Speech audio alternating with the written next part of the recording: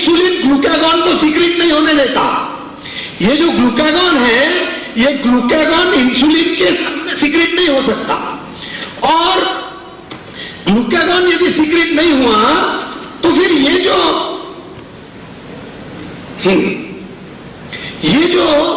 Glucagon यदि secret नहीं हुआ तो ग्लूकागॉन के जो काम करना है फैट को मोबिलाइज करने का, ये काम बंद पड़ जाता। इसलिए हमारे फैट शरीर में बढ़ते रहते हैं। इसलिए हमको क्या चाहिए? हमको चाहिए कि हमारे शरीर में इंसुलिन कम रहना चाहिए। अभी ये बेसिक थियरी है कार्बो इंसुलिन कनेक्शन। अब ये जो कार्बो इंसुलिन कनेक्शन की थियरी हमारे लाइफ में हम कैसे लाएंगे? ये हमारे लाइफ में ऐसे लाएंगे कि हम जितना कम कार्बोहाइड्रेट और कम समय खाएंगे उतना कम इंसुलिन प्रोड्यूस होगा। अब देखिए थियरी बैलेंस की है, संतुलन की थियरी है। क्योंकि कम खाएंगे बोले तो कार्बोहाइड्रेट्स भी हमको लगते हैं, फैट्स भी हमको लगता है और प्रोटीन भी हमको लगते हैं। और यदि कार्बोहाइड्रेट्स कम हो गए तो हमारा ब्रेन कम काम करेगा, प्रोटीन्स हमारे कम हो गए तो हमारे शरीर में मसल नहीं बिल्ड होगी, फैट्स हमारे शरीर में नहीं रहे तो fat is the first line of defence. हम दूसरे डिजीज के साथ लड़ नहीं सकेंगे। मेरा बहुत बुरा हाल था, मेरे शरीर में कम फैट्स थे, इसलिए कैंसर से लड़ने के लिए जितने फैट्स होने चाहिए उसमें नहीं थे, तो इसलिए मुझे ज्यादा एफर्ट करना पड़ा। लेकिन एक बहुत दूसरा एक इंपॉर्टेंट चीज है जो मैं आपको बोलना चाहता हूं, वो है ग्लूकागॉन के साथ साथ एक दूसरा हार्मोन रहता है, उसको बोलते हैं टेस्टोस्टेरॉन। ये टेस्टोस्टेरॉन नाम का जो हार्मोन है, ये आदमियों में, ये टेस्टिस में प्रोड्यूस होता है। ये मेल सेक्स हार्मोन है। टेस्टोस्टेरॉन जो है ये मेल सेक्स हार्मोन है। अब ये मेल सेक्स हार्मोन जो है वो जितना ग्लूकागॉन फैट फाइटर है उतना ही टेस्टोस्टेरॉन फैट फाइटर है। टेस्टोस्टेरॉन फैट फाइटर है। अब देखिए ये टेस्टोस्टेरॉन का सीक्रेशन उम्र के 14वें साल में चालू होता था बच्चों में। 14 साल में बच्चों में जब से ये टेस्टोस्टेरॉन का सीक्रेशन चालू हो जाता तब आप उनकी ग्रोथ देखिए लड़कों की। महिलाओं में यह हार्मोन सेक्स हार्मोन सीक्रेट होता है, उसको ईस्ट्रोजन बोलते हैं। और पुरुषों में जो हार्मोन सीक्रेट होता है वो टेस्टोस्टेरॉन है। ये टेस्टोस्टेरॉन ग्रोथ हार्मोन है और ये 14वें साल में जब सीक्रेट होना चालू हो जाता तो फिर उसका पीक जाता ऊपर में 24 साल तक। 24 साल में वो हाईएस्ट पीक में रहेगा 30 साल तक और 30 साल के उससे उसका डिक्लाइन चालू हो जाएगा, लेकिन वो आखिर तक मृत्यु तक के रहेगा। मृत्यु तक उसका सीक्रेशन होते रहता है। इसलिए आदमियों में एक 70 साल का आदमी भी बच्चा पैदा कर सकता है क्योंकि टेस्टोस्टेरॉन रहता है, लेकिन डिक्लाइनिंग है, ग्राफ डिक्लाइनिंग है। ग्राफ इतना स्ट्रेट लाइन का है कि टेस्टोस्टेरॉन का एस्टिमेट आप ब्लड में से निकालो और एज प्रेडिक्ट कर सकते हैं। इतना स्ट्रेट ग्राफ है। It is directly related to age. It decreases by age. लेकिन आज हम क्या देख रहे हैं हमारी सोसाइटी में, पर्टिकुलरली इन मेट्रोपॉलिटन एरियाज, हमारे शहरों में हम ऐसा देख रहे हैं कि यंग लोगों में टेस्टोस्टेरॉन का सीक्रेशन कम हो रहा है। यंग लोगों में, इसमें गफरुन्निसा नाम की महिला ने स्टडी किया, नेशनल इंस्टीट्यूट ऑफ हेल्थ में जिन लोगों ने स्टडी किया, ये सब राजू अकोलकर के पास में आपको मैं छोड़ने वाला हूं ये सब कागज के, तो उस पर जो स्टडी हुआ तो नेशनल इंस्टीट्यूट ऑफ न्यूट्रिशन ने इस पर स्टडी किया। उन्होंने ये सब एस्टिमेट्स किए। इस पर दुनिया भर में स्टडी हुआ और वंडरफुल किताब निकला है, उसको बोलते हैं plastic the testosterone advantage. Now this book contains all the latest studies on testosterone. Now what is this testosterone?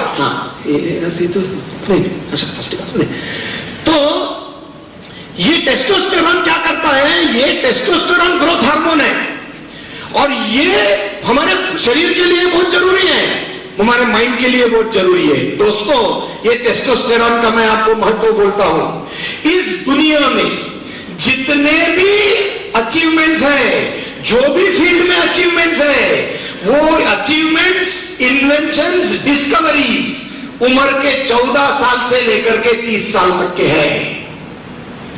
बाकी 30 साल के ऊपर के एक्सेप्शन है।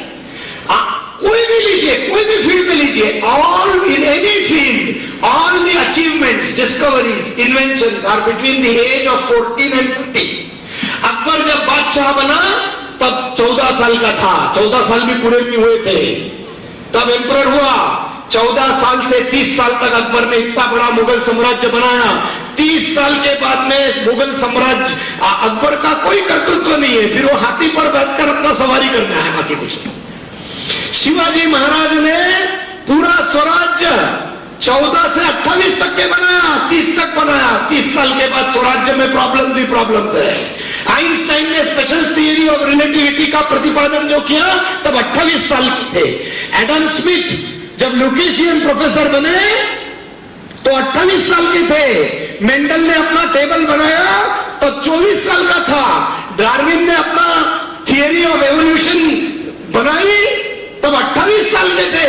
उसको पब्लिश किया, वो डर के मारे, चर्च के डर के मारे उनको छुपके उसको रखना पड़ा, तो पब्लिश किया तब 60-65 साल के थे। लेकिन जब वो थियरी प्रपोज किया तब वो 27 साल के थे। कोई भी लीजिए, माधवराव जब पेशवा बने तब 18 साल के थे, 28 साल में टीबी से मरे। लेकिन 18 से 28 में मराठा तलवार वो अटक तक के अपने पाकिस्तान के बॉर्डर तक के गई। तो इसलिए 14, अभी आप अपने 14 साल के जो बच्चे हैं, किसी ने इधर लाए नहीं गड़बड़ करे करके, तो ये जो 14 साल के बच्चे हैं, समझना कि 14 साल के बच्चे इस देश का राज कर सकते हैं। क्यों? Testosterone. It is all because of testosterone. This is the importance of testosterone, because the testosterone is surging high in your blood. All mental and physical activity, intellectual activity is at the highest activity है। आज ही मैंने पढ़ा कि वो जो Nobel laureate को जो Nobel prize मिला, उसका रिसर्च आज का नहीं है। उस जितने नोबेल प्राइजेस मिले, आप कोई भी नोबेल प्राइजेस, ये जो अपने है ना अमर्त्य सेन को जिन चीजों के लिए नोबेल प्राइज मिला, वो उनका किताब उनके 30s में, उनके 20s का लिखा हुआ है। वो 60 साल के होने वाली बात नहीं है। You find out any, there are exceptions here and there, but any Nobel laureate you find out the work for which he got his Nobel Prize was a work which was made in his 20s. This is the importance of testosterone. लेकिन हम लोग क्या कर रहे हैं? ये कुछ तो भी गलत भ्रम में है, ये फैट के भ्रम में है। हम लोग फैट को हमारा इतना दुश्मन समझ रहे हैं, ये घी को हमारा इतना दुश्मन समझ रहे हैं, हमारे तेल को इतना दुश्मन समझ रहे हैं कि हम लोग फैट खाते ही नहीं, इसलिए टेस्टोस्टेरॉन नहीं बन रहा है लोगों में। आज मॉडर्न सोसाइटी में टेस्टोस्टेरॉन नहीं बन रहा है लोगों में, या कम बन रहा है। क्यों? क्योंकि हमने हमारे खाने में फैट खाना बंद कर दिया। इसलिए दोस्तों, ये जो है ये होलिस्टिक फिनोमेनन है। आपको आपके खाने में 30% फैट हो रही, 1/3 ध्यान में रखिए। 33% फैट, 33% प्रोटीन, 33% कार्बोहाइड्रेट्स। ये आपका बैलेंस फॉर्मूला रहना चाहिए। यदि आप अपने खाने में 33% फैट नहीं रखेंगे, so you will suffer on the count of testosterone. Testosterone will not be produced, and because testosterone is not produced, there is nobody to fight with the fat. Testosterone is a big fat fighter. आप अपने 14 साल के लड़के को देखिए, कितना खाता है वो, फिर भी मोटा नहीं होता ना, because testosterone is there. ये जो यंग लड़के हैं वो क्यों नहीं मोटे होते? इतना खाकर भी क्यों नहीं मोटे होते? इसके लिए क्योंकि उनमें टेस्टोस्टेरॉन है। तो दोस्तों, ये ध्यान में रखिए कि testosterone is a fat fighter, और हमको ये चाहिए कि ये टेस्टोस्टेरॉन हमारे शरीर में बने रहे। अब ये कैसे बनेगा? केवल फैट खाने से नहीं बनेगा, उसके लिए टेस्टोस्टेरॉन बनाने के लिए हमको एक्सरसाइज करना पड़ेगा। और इसमें मैं ये कार्बोइंसुलिन के बाद में आता हूं कि वेट एक्सरसाइजेस जो है, वेट ट्रेनिंग, हमारे हार्ट के लिए हमको एरोबिक एक्सरसाइजेस की जरूरत है। कार्डियोवैस्कुलर एंड्योरेंस की एक्सरसाइज। हमारे मसल्स के लिए हमको वेट ट्रेनिंग की जरूरत है, और ये वेट ट्रेनिंग मसल बनाता है और साथ साथ टेस्टोस्टेरोन का प्रोडक्शन चालू रखता है। यदि शरीर में टेस्टोस्टेरोन का प्रोडक्शन बंद हो गया तो बोन इरोजन हो जाता है। अब इंसुलिन एक दूसरी गड़बड़ करता है। इंसुलिन क्या करता है? High levels of insulin convert testosterone into oestrogen. अब ये हाई लेवल्स ऑफ इंसुलिन से देखो कितनी गड़बड़ हो रही है। सबसे क्रिमिनल तो इंसुलिन है। ये इंसुलिन हमारे टेस्टोस्टेरोन को ईस्ट्रोजन में कन्वर्ट करता है। उसमें भी बहुत बड़ी स्टडी वो किताब में आई है कि लोगों ने स्टडी किया कि जिनके इंसुलिन के लेवल्स हाई थे उनका testosterone got converted into oestrogen, and when the levels of oestrogen rise in the blood then there is bone marrow, bone erosion. महिलाओं में सबसे ज्यादा बोन इरोजन होता है, 35% बोन इरोजन महिलाओं में होता है, और सब लोगों में उम्र के 40 साल के बाद हर साल आधा % बोन इरोजन होता है। बोन इरोजन यानी हमारा शरीर जो है उसके अंदर बोन है। ये जो बोन है, ये जो बोन मास है वो आधा % हर साल कम होता, इरोड हो जाता, नष्ट हो जाता। तो ये ईस्ट्रोजन, जब ईस्ट्रोजन जो है वो ईस्ट्रोजन का मेटाबॉलिज्म इससे जुड़ा हुआ है, इसलिए महिलाओं में वो ईस्ट्रोजन का मेटाबॉलिज्म गड़बड़ हो जाने का कारण, कम ज्यादा हो जाने के कारण वो ऑस्टियोपोरोसिस जैसी बीमारियां महिलाओं में ज्यादा है। उसका रिलेशन वो उसके कम ज्यादा होने से, वो अलग टॉपिक है, उसके ऊपर अपन बाद में आएंगे। अब देखिए ये बोन मैरो इरोजन जो है, अब ये बोन मैरो इरोड नहीं होना चाहिए। ये बोन मैरो यदि इरोड होगा तो जब आप बूढ़े जैसा जैसी उम्र बढ़ते जाएगी तो ये बोन के प्रॉब्लम आएंगे आपको। तो आपको क्या चाहिए? आपको ये चाहिए कि आपको 100 साल तक अच्छा हट्टा कट्टा जीना है। यदि 100 साल तक के हट्टा कट्टा जीना है तो ये बैलेंस रहना चाहिए। यदि बैलेंस बिगड़ गया तो फिर आप हट्टा कट्टा नहीं जी सकेंगे, फिर हमको बोन के प्रॉब्लम्स आएंगे। इसलिए दोस्तों ये खाने में हमारा बैलेंस होना चाहिए। अब देखिए इसको हम हमारे डे टू डे लाइफ में कैसा ला? डे टू डे लाइफ में ऐसा ला सकते हैं कि 2 बार खाना, 2 बार हम खाना, सवेरे चाय नहीं। यदि चाय पीनी है तो उसमें शक्कर नहीं होना, दूध नहीं होना, क्योंकि दूध में भी थोड़ा कार्बोहाइड्रेट। अभी मैं आपको first level, I am going to tell you in 3 levels. First level is very strict level, okay, जिनको एकदम बहुत स्ट्रिक्टली करना। Second level is not so strict level. Third level is maintenance level, okay. अब पहले मैं strict level बोलता हूं।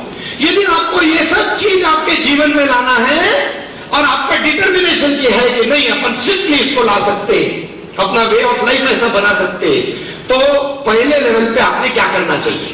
पहले लेवल पे आपने ये ज्ञान अपने दिमाग में रखना चाहिए कि मेरे लिए इंसुलिन बहुत खराब है, इसलिए मैं इंसुलिन का सिक्रीशन नहीं होने दूंगा, लेकिन जब लगेगा तभी होने दूंगा। इंसुलिन नहीं रहा तो ब्रेन में ग्लूकोज कैसा मिलेगा? इसलिए कैसा करेंगे? 2 बार खाना खाएंगे। 2 बार अपना पक्का कर लो खाना, सवेरे का खाना, शाम का खाना, उसका टाइम पक्का कर लो, जो भी टाइम है वो पक्का करो, लेकिन 2 ही बार खाना। अब जो 2 खाने हैं इसमें एक खाना जो है वो कम कार्बोहाइड्रेट वाला खाना रहना चाहिए, दूसरा खाना है वो नॉर्मल खाना रहना चाहिए। नॉर्मल खाना उसको बोलेंगे रिवॉर्ड मील, और पहला वाला लो कार्बोहाइड्रेट खाना, वो कुछ भी रखो। वो शाम का आप लो कार्बोहाइड्रेट रखे तो पहला नॉर्मल रख सकते हैं, पहला लो कार्बोहाइड्रेट रखे तो शाम का नॉर्मल रख सकते हैं। ये स्ट्रिक्ट वालों के लिए है, स्ट्रिक्ट वालों के लिए, जिनको एकदम 1 महीने में जिनको परिणाम देखना है उनके लिए। अभी वो ये है क्या, बिरला है क्या मनोज? यहाँ मनोज बिरला है यहाँ? बिन्नू नहीं, बिन्नू से मनोज बिरला का ज्यादा 16 किलो हुआ ना कम।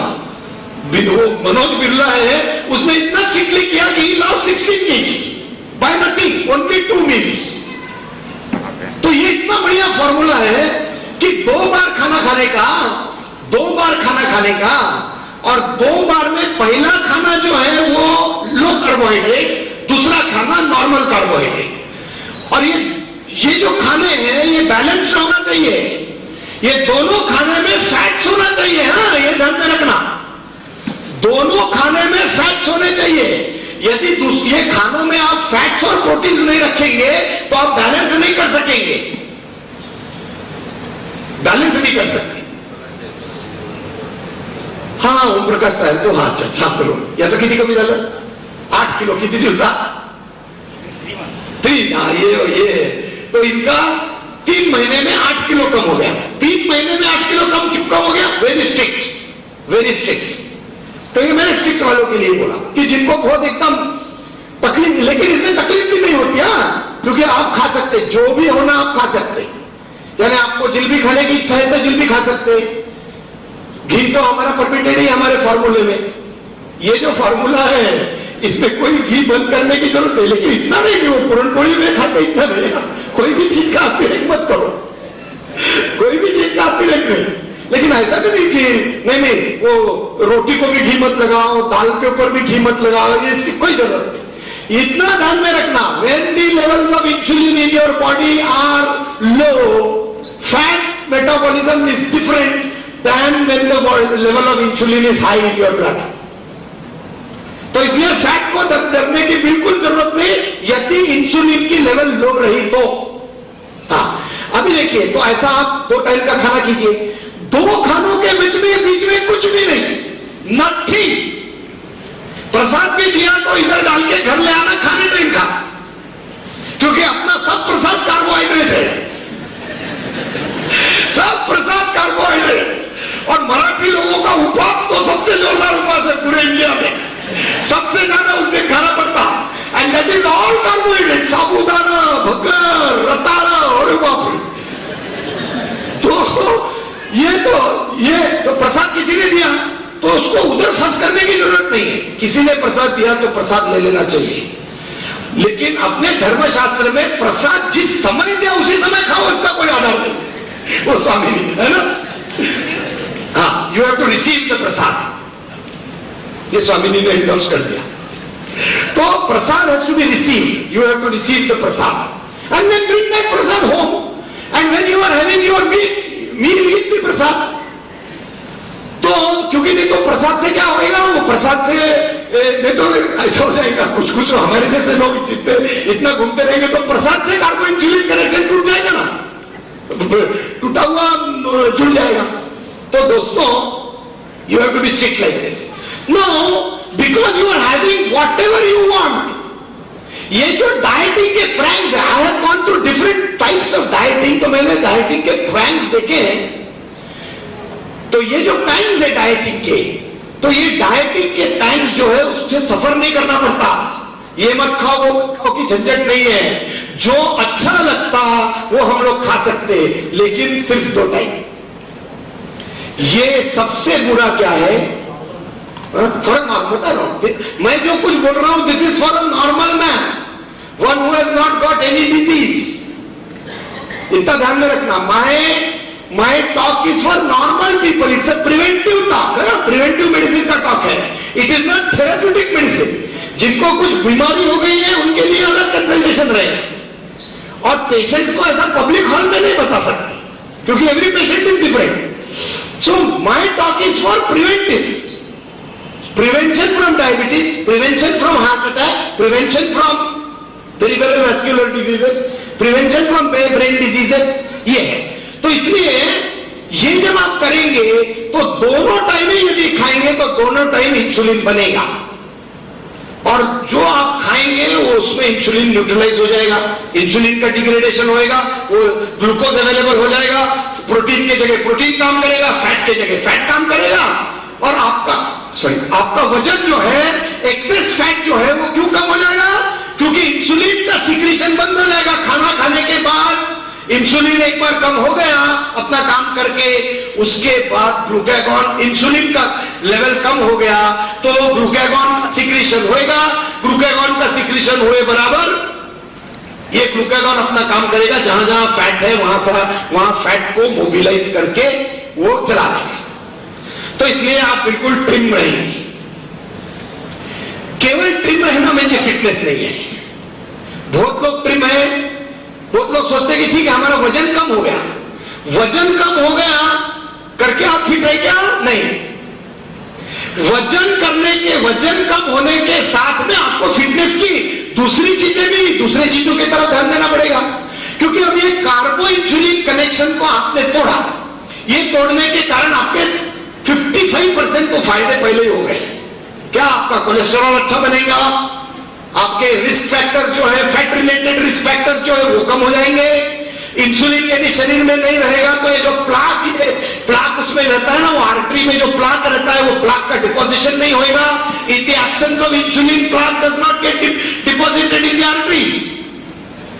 ये आर्टरीज में जो प्लाक रहता है ना, वो फैट का, वो डिपोजिशन नहीं होता, इंसुलिन नहीं रहा तो आप उससे बच गए।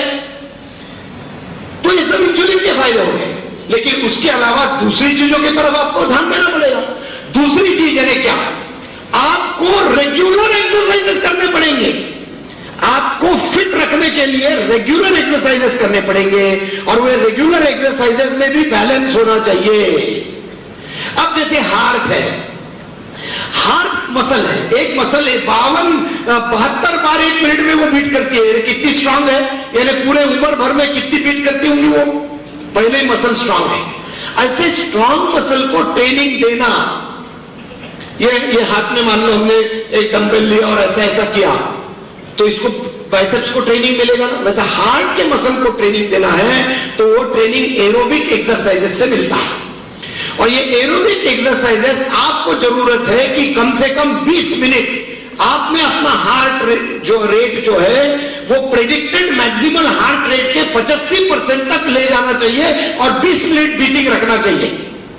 हफ्ते में कम से कम 4 बार। प्रेडिक्टेड मैक्सिमल हार्ट रेट म्हणजे क्या? तो प्रेडिक्टेड मैक्सिमल हार्ट रेट म्हणजे 220 माइनस एज। जिसकी उम्र 40 साल की है उसने 220 में से 40 माइनस कर दो तो 180 हो गए, 180 के 85% कर दो तो 155 हो गए। इसका मतलब उसने अपने हार्ट को 155 बीट तक के ले जाना चाहिए और कम से कम 20 मिनट बीट करते रखना चाहिए, तभी हार्ट मसल को ट्रेनिंग इफेक्ट मिलेगा। इससे आपका हार्ट प्रोटेक्टेड रहेगा। इसलिए ये भाषण हो गया, उसकी कैसेट्स भी अवेलेबल है, इसलिए मैं इसमें ज्यादा बोलने वाला नहीं हूं। इसकी ये जो टेबल्स है ये राजू एकलकर के पास में अवेलेबल है। हमने ये टेबल्स बनाए थे पहले साल जब अपन ने मूवमेंट चालू की थी, तो ये टेबल्स बनाए थे। आपको पॉइंट सिस्टम क्या है, कितने पॉइंट लेना है, हफ्ते में कितने बार एक्सरसाइज करना है, और ये एक्सरसाइज के लिए आपको कितना चलने से कितने पॉइंट मिलेंगे, ऐसे बुकलेट्स बनाए थे नागपुर फिटनेस मूवमेंट के। वो राजू अकोलकर का टेलीफोन नंबर आपको दिया है ना, वो उधर में उनके पास में ये अवेलेबल है, आप उनसे ले लेना जब भी लगते।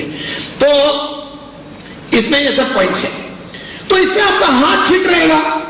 फिर आपको बोन इरोजन प्रिवेंट करना है। बोन इरोजन यदि आपको प्रिवेंट करना है तो उसके लिए क्या करना है? आपके बोन लो इंपैक्ट एक्सरसाइजेस देना है।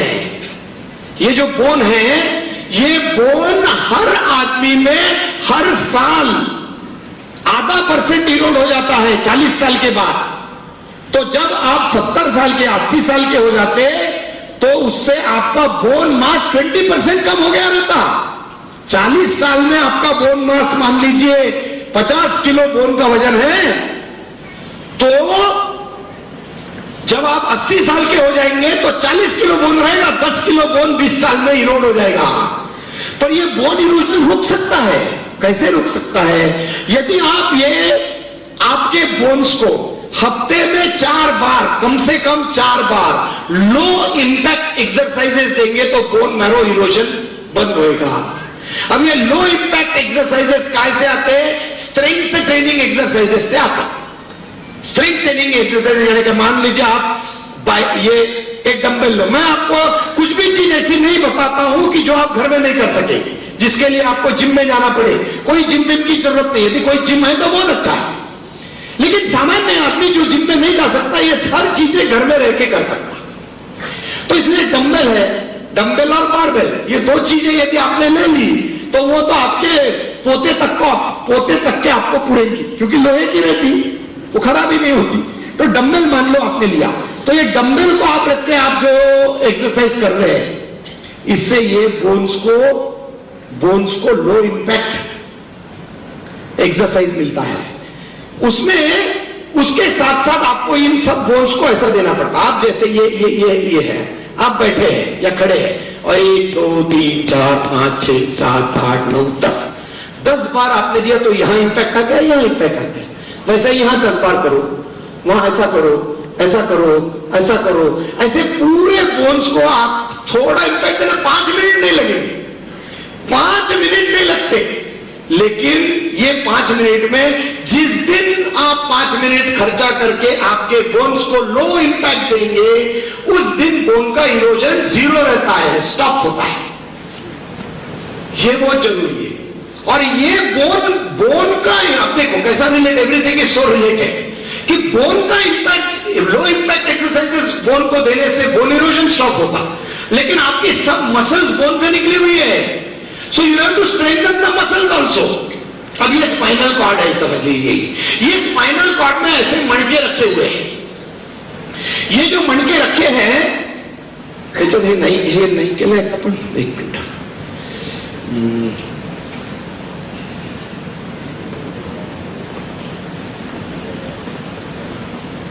इसमें है क्या? तो ये जो स्पाइनल कॉर्ड है, इसके ऊपर ऐसे मणके रखे हुए वर्टेब्रास। अब ये वर्टेब्रास काय से एक दूसरे के ऊपर में पक्के क्यों रहते? क्योंकि आजू बाजू के मसल्स हैं, ये मसल्स उनको अपने जगह पे रखते हैं।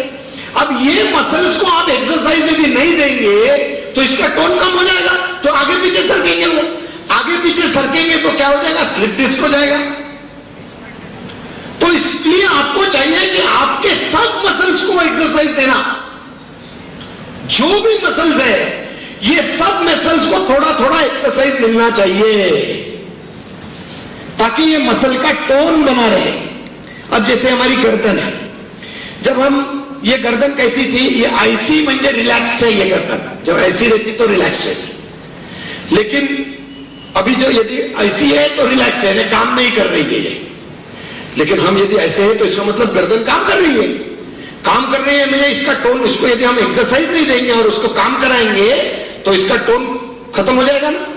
और फिर हम टेबल पे बैठ के जब काम करके ऐसे लिखेंगे तो और ज्यादा ये गर्दन को, कितना अन्याय हम गर्दन के ऊपर कर रहे हैं। तो ये गर्दन फिर हमारा बदला लेगी ना, तो इधर लगा के हमको ऐसा घूमना पड़ेगा फिर। तो you can prevent that, you can prevent that. इसलिए ये गर्दन की एक्सरसाइज, ये इधर ये ऐसा लगा के उसको, इसको ये करके नीचे करना, इसको दबा के ऐसा करना, कि नहीं इसको एक्सरसाइज मिल जाएगा। कोई जिम में जाने की जरूरत नहीं है। इसलिए ये सब चीजें जो है, डंबल्स और बारबेल्स लेके जो चीजें है, जिम में जाने की जरूरत नहीं, अपने घर में हो सकती। लेकिन क्या होना? डेडिकेशन होना। तो ये स्ट्रेंथ ट्रेनिंग की जो एक्सरसाइजेस आप करेंगे, वो स्ट्रेंथ ट्रेनिंग की एक्सरसाइजेस से आपके ये जो मसल्स है वो मसल्स बनेंगी। और ये मसल्स जो है, जो आपके ये strength training will give rise to the production of proper levels of testosterone in your blood. If you don't get into strength training, levels of testosterone in your blood will decrease, and then that will rise to deposition of fat, middle age syndrome, less sexual activity। ये जो middle age syndrome है, तो ये middle age syndrome आज हम पूरा दिख रहा है सब जगह, पूरे सोसाइटी में, all through, particularly metropolitan areas. Because ये मेट्रोपॉलिटन एरियाज में हम लोग टोटली एक्सरसाइजेस से दूर हैं।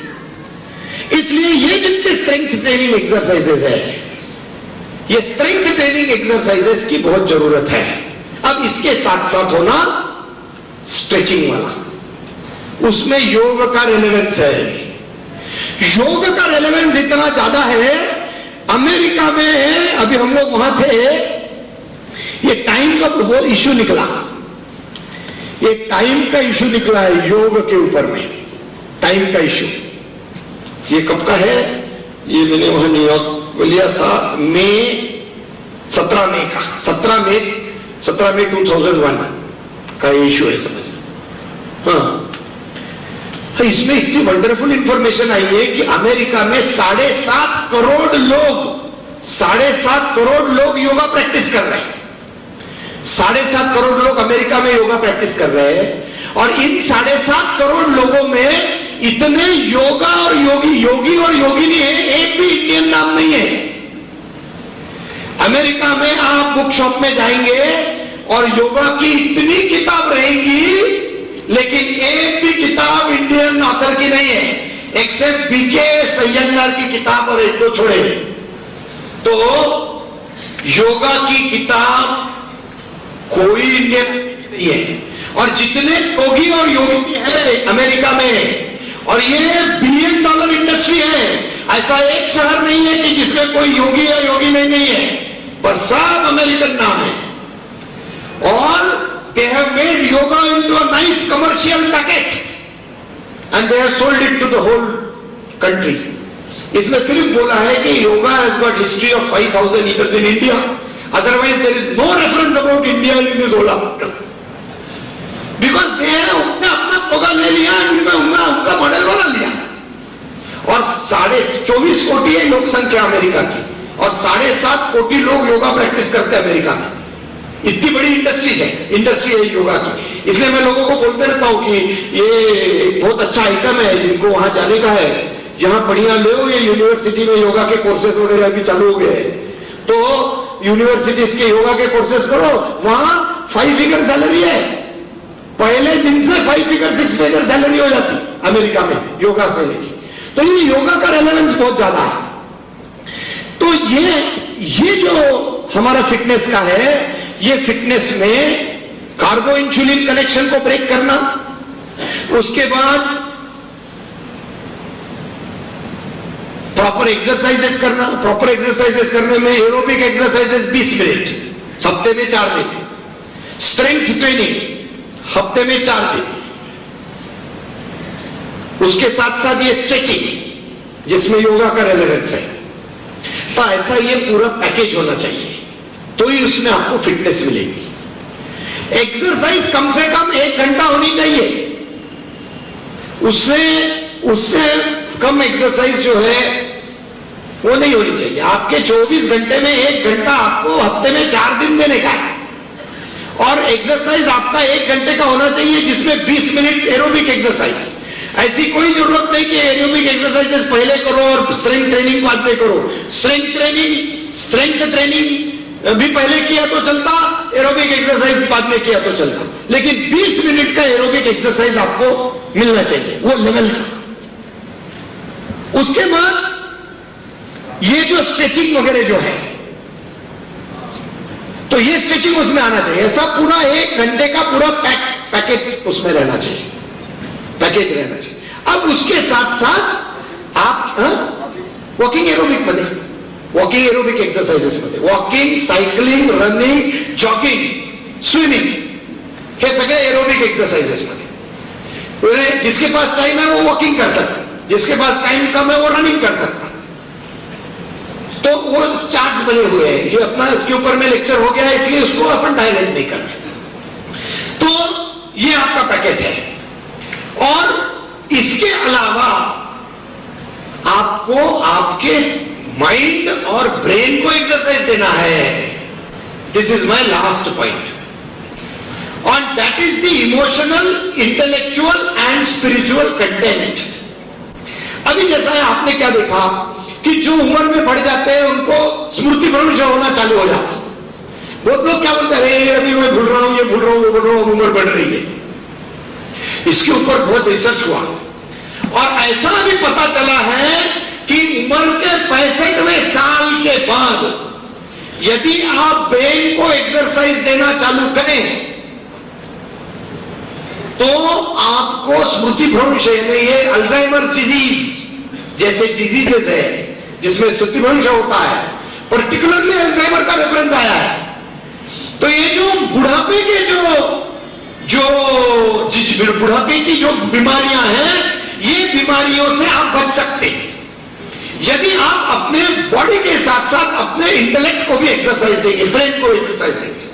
अब ब्रेन को एक्सरसाइज देना मैंने क्या, ब्रेन को एक्सरसाइज देना मैंने ऐसा है, मैं आपको एक चीज बताता हूं, ये ब्रिटिश मेडिकल जर्नल बहुत सुंदर किताब निकलते हैं। ब्रिटिश मेडिकल जर्नल ये क्लिनिकल एविडेंस नाम की किताब साल में 2 बार पब्लिश करते हैं। क्लिनिकल एविडेंस 2 बार, एक बार जनवरी में, एक बार जुलाई में। ये क्या करते हैं कि पूरे दुनिया में जो स्टडीज हो रही है मेडिसिन के फील्ड में, और वो स्टडीज में जो एविडेंस मिला, वो एविडेंस को पब्लिश किया। जो चीज का एविडेंस नहीं है वो इसमें नहीं आता।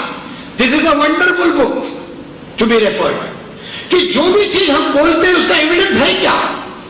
जो भी फील्ड, जो भी चीज मेडिकल फील्ड में बोली जाती है, what is the evidence, and these are the books which bring evidence to you. और साल में 2 बार पब्लिश करते हैं। अब ये क्लिनिकल एविडेंस में आया कि आप अपने ब्रेन को एक्सरसाइज दे सकते हैं। और ये ब्रेन को कैसा एक्सरसाइज दे सकते हैं, तो उन्होंने कहा कि ब्रेन को एक्सरसाइज देने की कुछ जो चीजें, उसमें से 2 चीज जो है वो बहुत इंटरेस्टिंग मुझे लगी। और मैंने सोचा कि मैं 65 साल का जब होऊंगा तब करूंगा चालू। और जो अब वो 60 में कर सकते ना अपन चालू, 65 के लिए क्यों रुकना। 60 में लोग रिटायर कर देते ना अपने लोगों को, तो 60 में हम लोग चालू कर सकते।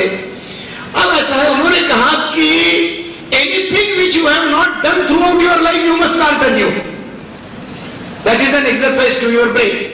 और उसमें उन्होंने लिखा like writing by the left hand, यानी अपन राइट हैंड से लिख रहे हैं तो अपने ब्रेन को आदत राइट हैंड की है। लेफ्ट हैंड से कुछ भी, मैं तो कुछ भी नहीं लिख सकता लेफ्ट हैंड से, यानी ऐसा जीरो भी नहीं निकाल सकता properly, because my brain doesn't know to write by the left hand. जैसे 60 साल के हो गए तो मैंने डिसाइड किया कि मैं लेफ्ट हैंड से लिखना चालू कर दूंगा। ये बंद हाथ, राइट हैंड बंद, सबसे शेक हैंड लेफ्ट हैंड से, एवरीथिंग बाय राइट हैंड। तो लेफ्ट हैंड से लिख रहे, तो this is an exercise to the brain, because now the brain is learning what it did know for the last 60 years, so the brain gets exercises there. दूसरा उन्होंने बोला like बहुत exercises है, फिर कई टाइम पे हम और निकालेंगे आपके लिए एक्सरसाइजेस फिटनेस मूवमेंट में। अभी ये जो एविडेंस में मैंने पढ़ा उतना ही बोल रहा हूं। उन्होंने बोला another form of exercise which you can start at the age of 30 is learning a new language, learning a new language। अब मैंने सोचा learning a new language, मैंने सोचा कि क्या अपन ये करेंगे। अभी भारत की सभी भाषा संस्कृत बेस्ड है, तो कोई डिफिकल्टी नहीं लगती वो लैंग्वेज लर्न करने में, क्योंकि Hindi, Marathi, everything roots, you know, Sanskrit is such a wonderful language, इतने roots, and it's the only derivable language. तो मैंने सोचा कि हम क्या, कौन सी लैंग्वेज पढ़ेंगे। तो मैंने मेरे लिए डिसाइड किया, आप अपना डिसाइड करना, कि मैं चीनी भाषा पढ़ने वाला हूं 60 साल का होने का। चीनी बहुत वंडरफुल भाषा है, क्योंकि चीनी भाषा में 4000 चित्र है, चित्र। और वो चित्र जो है it's a pictorial language. Pictorial language होने के कारण क्या है कि वो चित्र आप अपने भाषा में बोल सकते। जैसे क्या है, उसको फोनेटिक साउंड नहीं है। जैसे ये इक्वल रहता ना अपना, इक्वल, ऐसे 2 लाइन अपन ने की इक्वल का जो है उसको फोनेटिक साउंड नहीं है। जैसे AND अपन ने लिखा तो it has got a phonetic sound called and, तो एंड ही बोलना पड़ेगा AND लिखा तो, है ना, यानी फोनेटिक रिलेशन। लेकिन ये जो 2 लाइन लिखी उसको फोनेटिक साउंड नहीं है। इंग्लिश वाले इसको इक्वल बोलेंगे, हिंदी वाले उसको बराबर बोलेंगे, मराठी वाले उसको बरोबर बोलेंगे, है ना। तो ये 2 लाइन को तुम अपने लैंग्वेज में उसका साउंड निकाल सकते। तो ऐसा चीनी भाषा का जो चित्र है, मानो बुड़बुड़बुड़ू ऐसा चित्र है। ये चित्र को वो लोग शू बोलते हैं, हम लोग उसको ट्री बोलेंगे, मराठी लोग उसको झाड़ बोलेंगे, हिंदी लोग उसको वृक्ष बोलेंगे, या उर्दू लोग उसको तर्कत बोलेंगे। चित्र देख के अपनी अपनी भाषा में बोल सकते ना। तो चीनी भाषा के 400 चित्र यदि हम लोगों ने याद कर लिए 60 साल के होने के बाद, और कोई परीक्षा की रिक्शा तो है नहीं झंझट, तो 60 साल के बाद याद करना है, ब्रेन को एक्सरसाइज मिला है। और हम लोग चीनी भाषा में चीनी चित्र देखते हैं, अपनी अपनी भाषा में चीनी पढ़ सकेंगे ना, वो चीनी का नाम निकालने की जरूरत नहीं। यानी यू विल लर्न द चीनी लैंग्वेज इन मराठी, यानी चीनी को क्या मराठी में बोल रहे, क्या बोल रहे, such a wonderful thing. So I have decided for myself that I will learn Chini after I am. Another thing which I thought that I should learn after I am 60 is that ये संगीत, that I don't know, ना जो चीज अपने को मालूम नहीं वही तो पड़ेगा. तो ये संगीत के स्वर वो मेरे को कुछ समझते ही नहीं, वाह करते ना, तो कुछ भी मेरे को नहीं समझता उसका. लोग बोलते कि बहुत अच्छा है तो इसलिए अपने को बोलना पड़ता अच्छा. पर कैसे बोलेंगे क्लासिकल कोई चीज को अपन कैसा बुरा बोलेंगे, तो वो अच्छा है. अभी मैं गया था कोई संगीत वालों के इसमें, तो वो बहुत अच्छा लगा सब उनका, सब सुन के पंडितों का वो सब सुन के बहुत अच्छा लगा स्वर का ही. लेकिन अपने को उसका कुछ आता नहीं, तो सोचा कि ये अपन पढ़ेंगे, यानी न्यू एक्टिविटी टू गिव. अभी ऐसा है, this fitness movement gives you a message. Each one decide what you are going to do. यदि you can't decide, then there is the Brahma Sutra, then there is Panini. Biggest exercise for the brain is Panini. Panini के जो सूत्र है, पाणिनि के 4000 सूत्र है, 4000 ना, 4000 सूत्र. ये 4000 सूत्र इको यणची, यानी इसको कुछ पता नहीं चलता. इको यणची, इक यण अची, यानी कौन सी संधि होती है, तो इस तरीके का सूत्र है.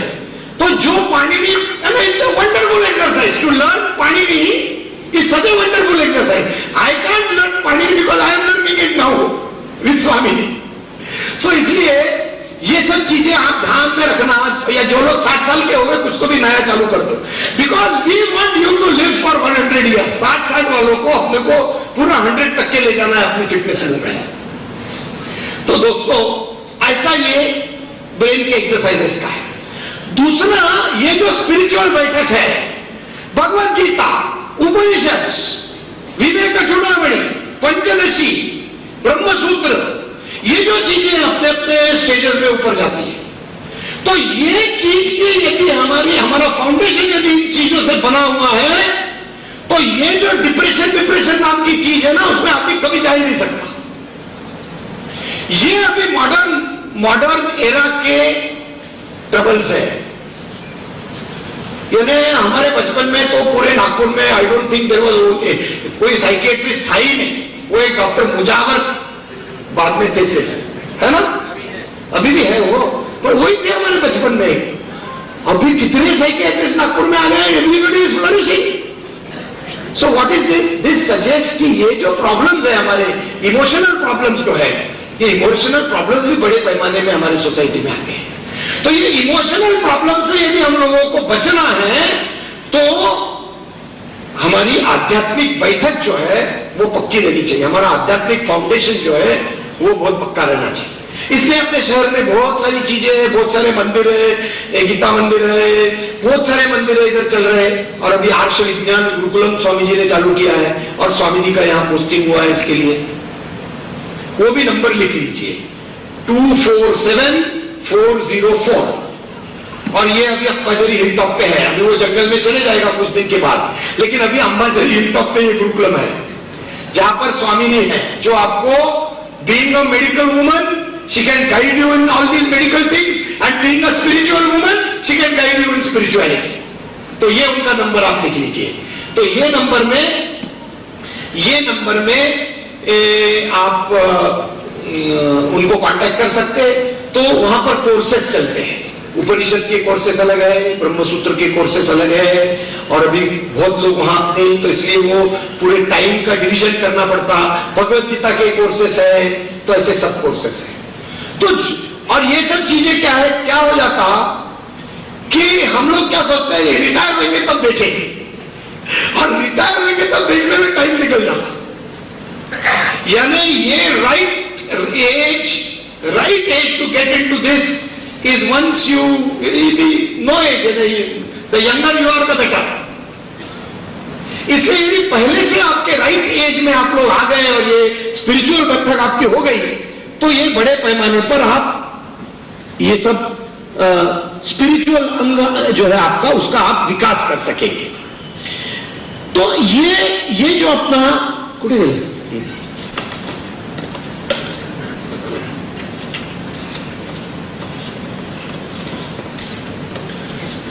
तो ये जो उसका पैकेज है फिटनेस का, यही मैसेज हमको लोगों को देना है। अभी बहुत लोगों ने जो क्वेश्चंस पूछे थे तो उनको हमने कंसोलिडेट करके ये मैंने जो आपको बताया उसमें आ गए। अब कुछ स्पेसिफिक क्वेश्चन कुछ लोगों के हैं, उसको मैं बताता हूं, उसको क्लैरिफाई करता हूं। किसी ने पूछा कि how do you check the insulin levels. अब इंसुलिन लेवल चेक करने की कोई जरूरत नहीं है, लेकिन यदि चेक करना है you can give your blood to any pathologist, और यहां से वो लोग शायद रैनबैक्सी में भेजते मुंबई में, और फिर इंसुलिन लेवल चेक होती। लेकिन इंसुलिन लेवल की चेक करने की जरूरत नहीं है, काय को इतना पैसा खर्चा करना, चेक करके आपका लेवल मालूम करके आपको कोई उसमें कम ज्यादा होने वाला नहीं है, तो इसलिए there is no need of checking it. Then somebody has asked a question whether there is any literature on insulin and glucagon. Yes, there is immense amount of literature on insulin and glucagon. Or in any book on endocrinology you will get this literature. या आप encyclopedia Britannica खोलिए, glucagon में जाइए, पूरा glucagon है। Insulin में जाइए, पूरा इंसुलिन आपको है। आप कोई याहू वो उसमें जाइए, सर्च इंजन में जाइए, या एमएसएन सर्च इंजन में जाइए, वहां ग्लूकागॉन में डालिए, वहां कार्बो इंसुलिन कनेक्शन में डालिए, इंसुलिन में डालिए, you will get the whole literature available. If you don't get, you can approach Raju Akolkar, he will give you.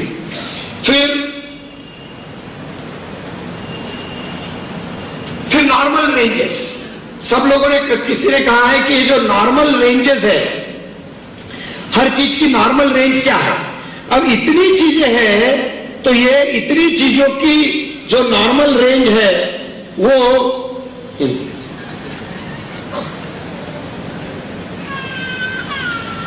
Specific question था किसी का कि नॉर्मल रेंज, कोलेस्टेरॉल की नॉर्मल रेंज क्या है।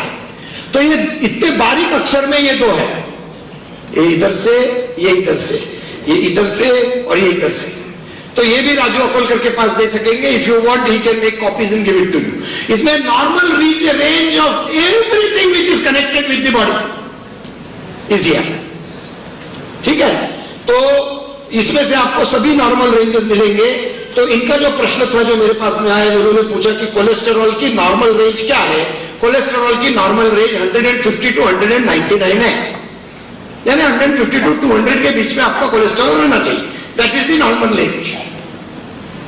So these are the standard normal range, normal ranges which have been accepted by the WHO. तो ये था। फिर हाँ, एक जन का प्रश्न ऐसा है कि ये हम तो ये कर रहे हैं, कार्बो इंसुलिन कनेक्शन ब्रेक करने का फॉर्मूला कर रहे हैं, दोनों ही टाइम खाते, कम खाते, हमारा वजन भी कम हो रहा है, लेकिन चेहरा निस्तेज हो गया है। हाँ सही बात है, चेहरा निस्तेज हो गया है। और फिर चेहरा निस्तेज हो गया तो भाई बोलती नहीं, वो तुम बंद कर दो, निस्तेज हो गया चेहरा। तो ये चेहरा निस्तेज, ऐसा चेहरा निस्तेज क्यों होता? यदि हमारा खाना बैलेंस नहीं रहा तो चेहरा निस्तेज होता है। टोटली डिवाइड ऑफ फैट रहा तो चेहरा निस्तेज हो जाता है। फिर ऐसा है कि जब पहले स्टेजेस में जब निकलता ना तो काफी पानी निकलता, ये जो अंदर में स्किन के अंदर में superficial fascia, deep fascia, connective tissue, ये सब जो चीजें हैं, तो ये इन चीजों के कारण होता है। तो उसको ज्यादा कोई वरी करने की जरूरत नहीं। ये जो चेहरा निस्तेज हो जाएगा फिर से तेज आ जाएगा, एक बार आप उसमें सेट हो गए तो फिर से वो आ जाएगा उसमें तेज। लेकिन आपका डाइट बैलेंस होना चाहिए। If it is deficient in fats और प्रोटीन्स, देन ये निस्तेजता जो है वो चेहरे में फिर रिफ्लेक्ट हो जाता है। इसलिए your diet should be balanced. Whatever diet you take in spite of the breaking of the carbo insulin connection, तो वो जो है वो आपने मेंटेन करना चाहिए बैलेंस, तो आपका चेहरा निस्तेज नहीं होगा। But see you have to have your exercises, क्योंकि you have to give tone to the muscle. ये स्किन के नीचे भी अंदर में मसल्स रहती है बारीक बारीक, तो ये स्किन मसल के ऊपर ही रहता है। So you have to give your face, your head, there are facial muscles. So you have to give exercises to everything. तो ये एक्सरसाइजेस यदि दिए तो आपका ये टोन जो है वो बड़ा रहेगा, तो फिर चेहरा निस्तेज नहीं। उसके आगे का प्रश्न था वजन बढ़ाने के लिए क्या। तो आप बता रहे वजन कम करना, वजन बढ़ाने के लिए क्या? ये बहुत अच्छा है, वजन बढ़ाने का बहुत अच्छा है। वजन ऐसा है, मैंने एग्जैक्टली वो किया कि मेरा प्रॉब्लम क्या था आफ्टर कैंसर कीमोथेरेपी, मेरा वजन 57 किलो हो गया था। 57 किलो वजन हो गया, फैट नहीं था, कुछ नहीं था, और फिर वजन बढ़ाना के प्रोग्राम था। यानी मेरे सामने प्रॉब्लम ये था कि जो मैं लोगों को भाषण देता था वजन कम करने का, एग्जैक्टली उसके विरुद्ध मुझे करना पड़ा कि अभी वजन बढ़ाना। यानी वो समय ऐसा था कि रोज देखते थे कि आज कितना बढ़ा, आज 200 ग्राम बढ़ा, आज 100 ग्राम बढ़ा। यानी जितना वजन बढ़ेगा उतना अपन बच रहे ऐसा होगी ना भावना। तो ये वो टाइम था। तो इसलिए उस समय एग्जैक्टली हम उसके विरुद्ध करते थे जो हम बोल रहे हैं। तो राजश्री ने मेरे लिए 72 आइटम्स बनाए थे खाने के, क्योंकि वो नौशिया बहुत ज्यादा था कैंसर कीमोथेरेपी का। वो वॉमिटिंग के लिए वो बाल्टी बाजू में लेके ही बैठना पड़ता था खाना खाते समय, और एक चीज यदि खाए तो उसका नौशिया आ जाता था, तो उसको फिर से खा नहीं सकते थे। तो उसका नंबर 30 दिन के बाद आएगा तो ही खा सकेंगे ना। तो उसको बोलते ना हिक बैठना, या वो क्या उसको बोलते नौशिया उसका।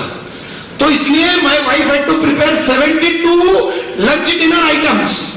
यानी आज हमने एक चीज खाई, यानी गोभी की भाजी खाई, तो उसका नंबर 1 महीना बाद आना चाहिए।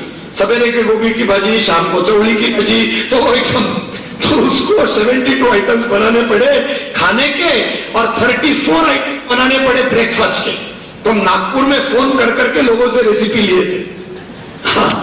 बिरड़ कैसा बनाना, कर्ड राइस कैसा बनाना, ऐसा लोगों के यहाँ। राजनाडर के घर फोन करके पूछा कर्ड राइस कैसा बनाना, तो देशमुख काकू के घर फोन करके पूछा बिरड़ कैसा बनाना। सीकेपी लोग बिरड़ बनाते ना, वो मेरे को बहुत अच्छा लगा। तो ऐसा हमने ये किया। तो वजन कैसे बढ़ाना, एग्जैक्टली विरुद्ध करके, जितना ज्यादा टाइम कार्बोहाइड्रेट खा सकते उतना खाओ तो वजन बढ़ेगा। तो जितना तुम फैट खा सकते उतना फैट खाओ, और प्रोटीन खाओ।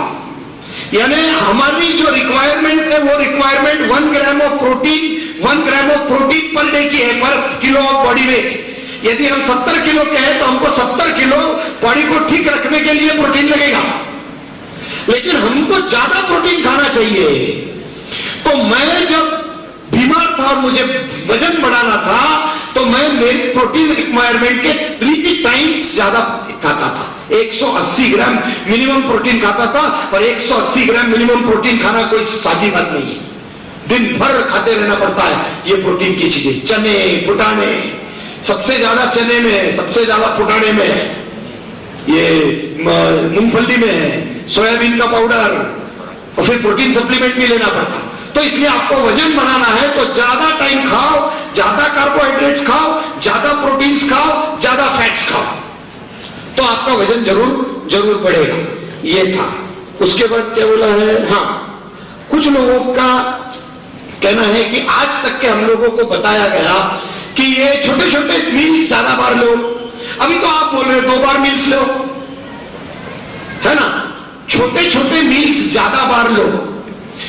तो पहले ऐसे था, ये छोटे छोटे मील्स ज्यादा बार लेने की थियरी किस चीज के ऊपर में बेस्ड थी? ये कैलोरीज कंजम्पशन के ऊपर में बेस्ड थी कि छोटा मील लेंगे तो कम कैलोरीज जाएंगी और वो एक्सपेंड हो जाएगी, तो इसलिए स्टोरेज में नहीं जाएगा, स्टोरेज में नहीं जाएगा। हम जब मेडिकल कॉलेज में पढ़े तो यही बताते थे। क्या बताते थे कि बकरी दिन भर खाते रहती मोटी नहीं होती, वो दिन भर खाते रहती मोटी नहीं होती, और भैंस जो है 2 ही बार खाती मोटी हो जाती, ऐसा बोलते थे, हाँ बताते थे। लेकिन उस समय ये सब कोई इंसुलिन का मैकेनिज्म लोगों को मालूम नहीं था, उसके ऊपर रिसर्च नहीं हुआ था, कुछ भी लोगों को मालूम नहीं था। और ऐसा इसमें रिसर्च हो गया, 7,55,000 लोगों के ऊपर का रिसर्च ये किताब में पब्लिश किया है उन लोगों ने, कि ऐसा हो गया कि ये छोटे छोटे वाला लोगों ने फॉलो किया ना, फिर भी लोग मोटे हुए। ये लोगों ने बताया कि नहीं, ये छोटे छोटे 2 बार खाएंगे तो मोटे हो जाएंगे, इसलिए थोड़ा थोड़ा मील आप 4 बार कम करके खाओ। लेकिन इसका परिणाम, the proof of the pudding is in the eating, इसका परिणाम वो ऐसा दिखा कि लाखों लोगों ने जो ये चीज फॉलो किया, so they put on weight, their weight did not decrease. So therefore there were studies made on this. Why is it? Why all these things which have been told to us were wrong, and therefore they made research and therefore new things have come up.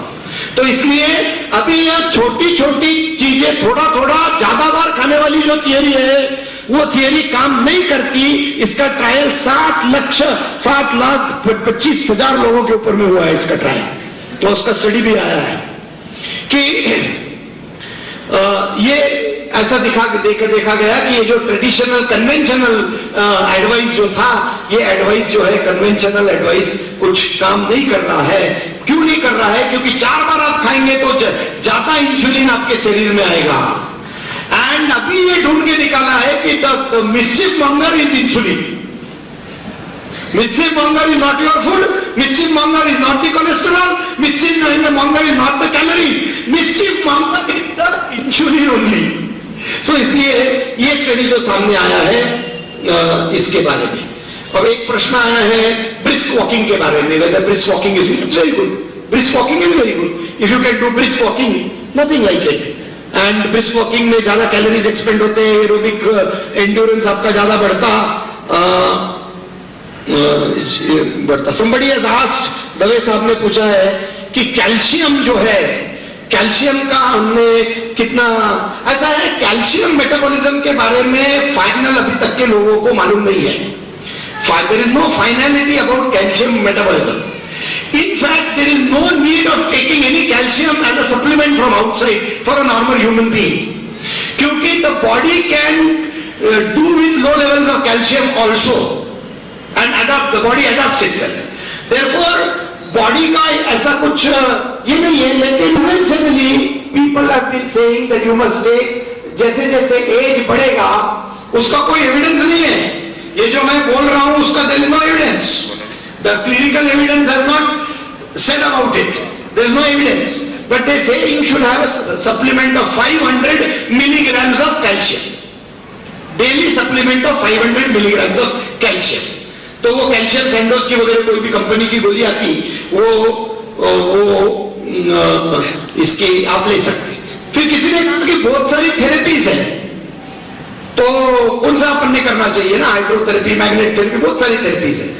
तो अब ऐसा since I have no personal knowledge of any of this therapies I can't comment on it. These are in the realms of alternate medicine. तो alternate medicine की ये therapies है जिसको उससे benefit होता होगा, उसका होता होगा. I have not undergone any other therapy than the therapy in which I am trained. मेरे पास में बहुत लोग आते हैं और मेरे को इंसिस्ट करते कि नहीं ये अभी आपका जो ऐसा था ये आप ये कीजिए, इससे कैंसर ठीक हो जाता. मैंने उनको कहा कि देखिए भाई मैं ये एलोपैथिक मेडिसिन में ट्रेन्ड हूं, उसमें पढ़ा हूं, और ये कैंसर जैसी मेरी बड़ी बीमारी ये मेडिसिन से ठीक भी हुई है. तो अब जिस चीज का मुझे अनुभव नहीं, जिस चीज का मुझे ट्रेनिंग नहीं, उसके बारे में मैं कैसे कमेंट कर सकता हूं? It's not fair for me to comment either way, positively और negatively, because I have no experience of it. So I can tell you about which I have personal experience and personal knowledge. तो इसलिए about any other therapy I can't tell. Somebody said hydrotherapy. अच्छा, हमारी medical allopathy में drinking lot of water is very good. Whatever amount of water you drink is very good. बाकी about water as a therapy, I have absolutely no knowledge. But water is good for the body. This is what our field says. No, ये है ना. Somebody has said, no, 2 last questions. Somebody has said kindly highlight on sleep. Sleep, nice question. ऐसा है कि human being has got sleep cycles. Sleep cycles. तो sleep cycles ऐसे, हम तो जंगल में थे, हम जब जंगल में थे तो शिकार करके जीते थे. तो यदि हम दिन भर जगते और रात को सोते तो अब तक ह्यूमन रेस खत्म हो गई रहती. 6 लाख साल हम लोग जंगल में थे ना. तो 6 लाख साल जब हम जंगल में थे तो दिन भर जगह रहते और रात को सोते तो human race would have been extinguished. क्योंकि शिकार तो अवेलेबल तो रात को ही रहती थी ना. तो इसलिए हमारे भगवान ने हमको स्लीप साइकिल्स दी है, स्लीप साइकिल्स. तो पूरे दिन में 7, 8, 4, 5 ऐसे स्लीप साइकिल्स रहती है, इंडिविजुअल वेरिएशंस है, पर by and large there are about 7 to 8 sleep cycles throughout the day. तो रात में भी ऐसा कोई भी नहीं है कि जो सोता और रात को एकदम सवेरे उठ जाता, वो ऐसा ट्रेनिंग से आ गया है। सो रात दिन भर जगना और काम करना और रात को सोना, ये हमने सिविलाइजेशन में ट्रेनिंग से, एवोल्यूशन से सीखा है। Sleep is a learned behaviour, I mean sleeping at night is a learned behaviour, it is not an इनेट behaviour. इनेट behaviour में हमारी स्लीप साइकिल से रात भर भी हम पूरे टाइम नहीं सो सकते, थोड़ी देर सो के जाग आ जाती है, लेकिन कोई फिर से सो सकता है बिकॉज ऑफ हैबिट। तो इसलिए जो लोग सोचते कि नहीं मेरे को तो रात भर कंटिन्यूअस स्लीप नहीं आती, they must not worry at all, absolutely no worry, because if you can't sleep throughout the night, that is your innate nature, innate nature of the homo sapiens, इसलिए don't have to worry. अब sleep cycles कभी भी जब भी आते सो जाओ, यदि आप भाषण सुन रहे इधर में स्लीप कोई सो गया तो बुरा नहीं मानना चाहिए। वाइस चांसलर साहब ने सब सर्कुलर रोडे साहब में निकाल के सब टीचर्स को भेज देना चाहिए कि भाई आपके क्लास में कोई सो गया तो नथिंग रॉन्ग, स्लीप साइकिल है, लर्न्ड बिहेवियर है, nothing wrong, you must not be embarrassed if you sleep somewhere. I remember when I adore Dayanand Saraswati ji like anything, लेकिन पिछले टाइम उनका जो भाषण था उसमें in the IMA hall, and we were so busy we could not sleep for 3-4 days, mean sound sleep for 3-4 days, और वो उनका भाषण दे रहा था, in front of him I was in the first chair and he slept, है ना। तो पाप था अपने गुरु के सामने सोना, लेकिन अब क्या करना, स्लीप साइकिल। सो इसलिए डोंट वरी, ऐसा आपने ना वो कितना लिखते ना, वो somebody chief minister sleeping, लोग पेपर वाले फोटो दे देते, वो वाजपेयी जी को नींद आ जाती है, और देवेगौड़ा को तो परेशान हमने कर दिया वो इतना। तो फिर हम जोक करते थे, क्या हो गया, एक बार मैं राज्यसभा में था और वो देवेगौड़ा उधर से वो बीच में कोई छुट्टी थी, उसमें आके मेरे ऐसा कंधे पे हाथ रख दिया और ऐसे बात करते रहे। तो किसी ने मेरे को बोला कि अरे देवेगौड़ा तो तुम्हारे कंधे पे इतना देर हाथ रख के निकाल ही नहीं रहे, तो तीसरा बोला मेरे हाथ रख के सो गए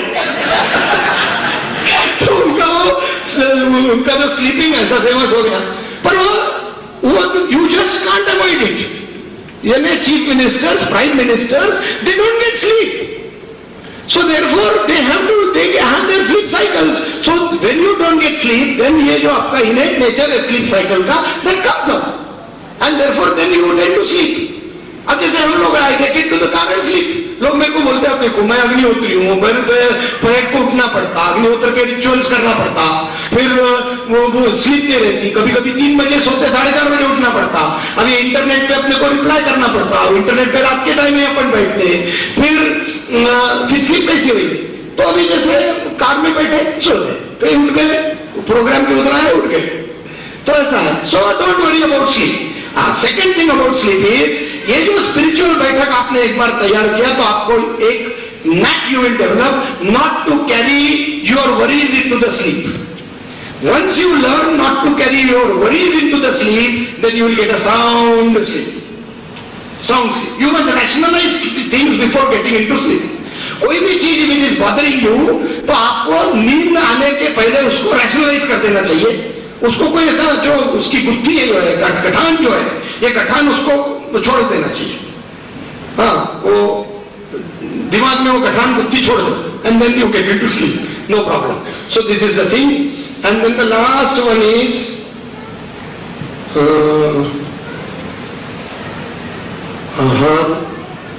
program. What is the? इन्हें अक्षर को समझ रहा है, आहार मात्रा का प्रमाण और मोटा किसे कहना चाहिए। वैसा मोटा यानी चार्ट है, अपने सेंट्रल इंडियन पॉपुलेशन के लिए चार्ट बने हुए हैं और 3 टाइप के पर्सनैलिटीज है, एक्टोमॉर्फिक, मेसोमॉर्फिक, एंडोमॉर्फिक। तो आपको देख के आपको लेबल कर दिया जाएगा कि you are a mesomorphic personality, endomorphic personality. फिर आपके हाइट वेट के टेबल्स रहेंगे। ये यदि आपकी हाइट 5 फीट 9 इंच है और 5 फीट 9 इंच वाले में आपका वजन कितना रहना चाहिए, 5 फीट 9 इंच वाले का वजन 68 किलो रहना चाहिए। तो 5 फीट 9 इंच हाइट है, 68 किलो आपका वजन है, तो दैट इज नॉर्मल। अब 68 के ऊपर जाएंगे 5% प्लस माइनस चल जाता है, लेकिन यदि आप 68 किलो के ऊपर में आप मान लो 75 किलो हो गए तो यूर मोटे हो गए, 80 किलो हो गए तो फिर मोटे हो गए, फिर 90 हो गए तो बहुत मोटे हो गए, 100 क्रॉस किए तो वही इन द डेंजर जोन। तो ये टेबल्स, तो इसको मोटा कहना चाहिए। तो ये टेबल्स आपको मिल जाएंगे राजू अकोलकर के पास। और आहार के मात्रा का प्रमाण, तो आहार के मात्रा का प्रमाण जो है ऐसा है, आप लोग जो काम में है कोई भी हेवी वर्क में नहीं है। अपन लोग जो काम में रहते हैं अपना सेडेंटरी वर्क रहता है, कंप्यूटर के सामने बैठना, ऑफिस में बैठना, इधर उधर बैठना, तो ये सब काम के लिए अपने को बिटवीन 1400 to 1600 कैलोरीज लगती, 1400 से 1600 कैलोरीज लगती, उससे ज्यादा कैलोरीज नहीं लगती अपने को।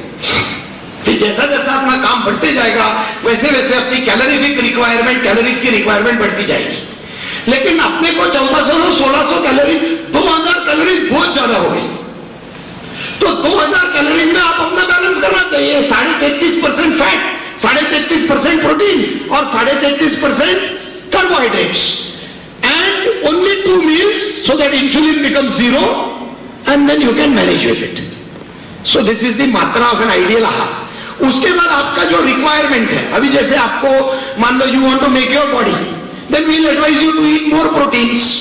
If you want to increase the bulk, then we will advise you go till 40% fat,